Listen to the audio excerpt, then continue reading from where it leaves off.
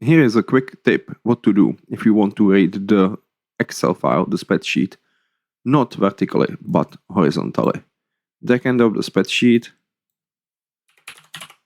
send it to the dash. Let's start with the extraction of the metadata.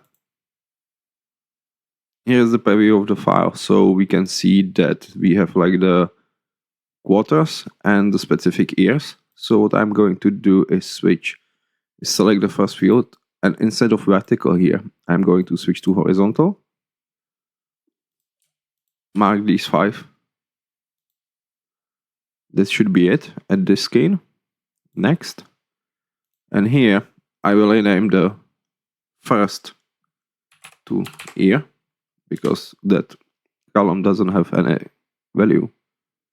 Finish. I have my metadata prepared, so let's do the mapping. Mapping. Again, orientation horizontal. Map by order to make my life easier, and that should be it. Okay, okay. Here is a small warning that horizontal reading is not supported in the stream mode of the read. So I need to switch the streaming mode to in memory. Okay.